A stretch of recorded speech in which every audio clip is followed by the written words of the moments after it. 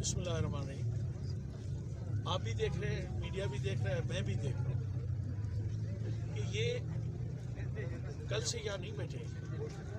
40 घंटे इन्होंने बोलान में बैठे, 72 घंटे से ज़्यादा टाइम गुजर गया है।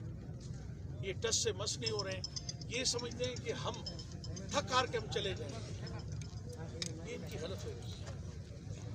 हम हद्दुल वसा आखिरी हद तक एक डेमोक्रेटिक पीसफुल ये प्रोटेस्ट हमारा चलता रहेगा। हाँ, इसकी शक्लें मुख्तलिफ हो सकती हैं और बाकी मैं उसको इंशाल्लाह ये 48 घंटे जैसे ख़त्म हो जाएंगे तो फिर मैं अपने सारे दोस्तों के साथ, अपने वर्करों के साथ, अपने हिमायतियों के साथ, अब देख रहे हैं कि रात कितनी शदीद सर्दी थी,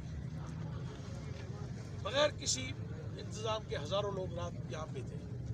इंशाल्लाह और लोग आ रहे हैं क्योंकि हम इनको थोड़ा सा टाइम दे रहे हैं, मगर ये प्रोटेस्ट ख़त्म नहीं होगा जब तक साना गोट ऐवान के कातलों को गिरफ्तार नहीं किया जाता।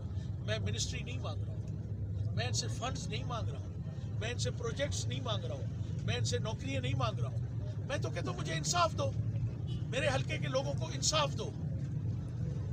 और ये भी मैं वजाहत कर दूँ कि ये जो ऐवान बरादरी है, एक इनका छोटा सा गांव है और 6-7 घर है टोटल।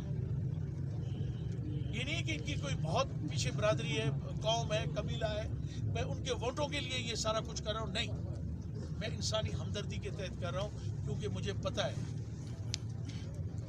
कि अगर मैंने आज इनको जस्टिस और इंसाफ नहीं दिलाया, कल ये जालिम ज़्यादा ज़ोर से आके लोगों के घरों को, उनके बच्चों को, उनकी ज़मीनों को और उनके प्यारों को ये कत्ल भी करेंगे और ज़मीनों पे कब्जे भी करेंगे। तो मेरा ये प्रोटेस्ट जो है किसी सियासी मकसद के लिए नहीं है और ना ये मेरी जमात से ताल्लुक़ रखते हैं, ना ये लोग मेरे कबीले से ताल्लुक़ रखते हैं। और मैं पहली दफ़ा इनके गांव में ज़िंदगी में पहली दफ़ा गया था अभी फातह खानी करने के बाद। 3 महीने गुजर गए हैं, 3 आदमी कत्ल हुए, 2 ज़ख्मी हुए हैं।